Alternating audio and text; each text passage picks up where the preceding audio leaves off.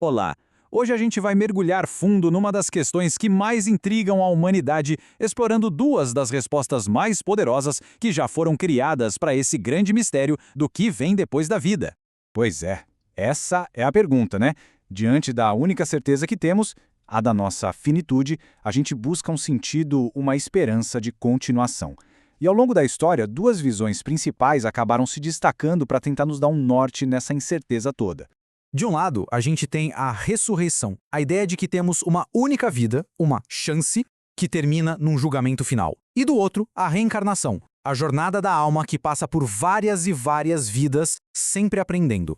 São duas lógicas completamente diferentes para responder a mesma pergunta. Então, vamos analisar isso de perto. Vamos começar pelo caminho da ressurreição. A lógica aqui é que o tempo é como uma linha reta, sabe? Com começo, meio e um fim definitivo grandioso. Essa ideia não surgiu do nada, claro, ela foi sendo construída. Se a gente volta lá para o Egito Antigo, já existia uma preocupação enorme em preservar o corpo, a mumificação, porque isso era essencial para a jornada da alma no além. Mas a grande virada de chave veio mesmo com o zoroastrismo, na antiga Pérsia. Foram eles que trouxeram esse conceito revolucionário de uma ressurreição de todo mundo no fim dos tempos. E foi esse modelo, de tempo linear e um julgamento final, que serviu de alicerce para o judaísmo, o cristianismo e o islamismo. Então, o ponto central que une essas crenças é a finalidade. É uma chance só, uma vida. O corpo, nessa visão, não é algo descartável, muito pelo contrário. Ele é sagrado, é parte da identidade da pessoa, e por isso vai ser restaurado. E no fim de tudo, tem um acerto de contas, um julgamento final feito por uma autoridade divina que vai definir um destino eterno. E essa citação de São Paulo ilustra isso perfeitamente, pelo menos na visão cristã. A ideia não é só reanimar um cadáver, é transformar. Ele fala de um corpo espiritual, uma versão, digamos, melhorada, perfeita, que não se corrompe mais. É uma restauração, mas ao mesmo tempo uma elevação para um novo tipo de existência. Agora vamos mudar de faixa e explorar o outro grande caminho. Aquele que não vê o tempo como uma linha, mas sim como uma roda. Uma jornada de aprendizado que nunca para. E o conceito fundamental aqui é o Sansara. Pense nele como a grande roda da existência. Esse ciclo sem fim de nascer, morrer e renascer. Mas um detalhe importante.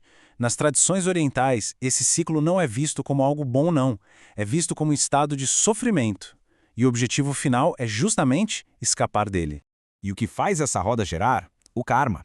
É como uma lei da física, só que moral. Uma lei impessoal de causa e efeito. Cada ação, cada pensamento, tudo gera uma consequência que vai moldar o futuro, seja nessa vida ou nas próximas. Aqui não tem um juiz externo. O próprio universo, de certa forma, se encarrega de equilibrar as contas.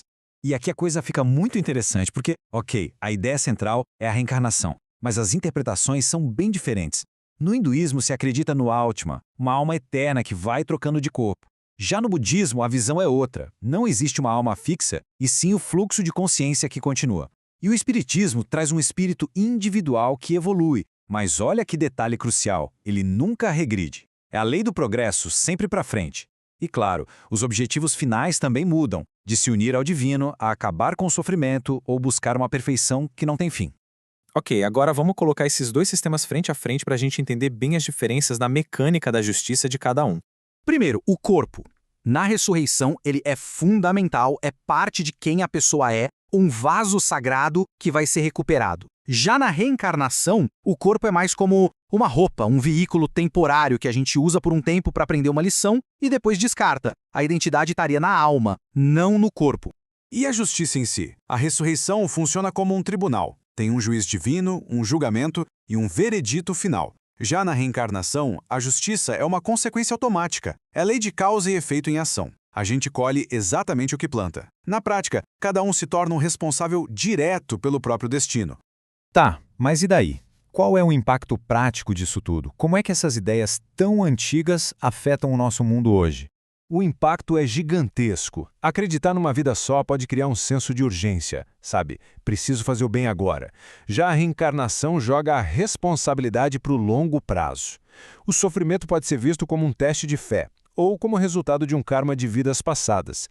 E isso vai até para os rituais, o sepultamento, que preserva o corpo para a reunião final, contra a cremação, que simboliza a libertação da alma para seguir em frente.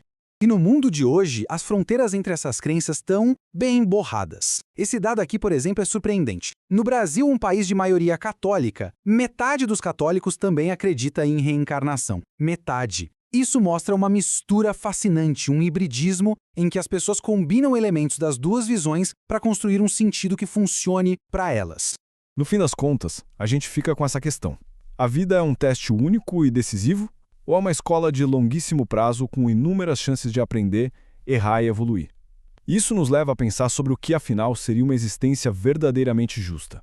A resposta, seja qual for, continua a moldar profundamente o nosso mundo.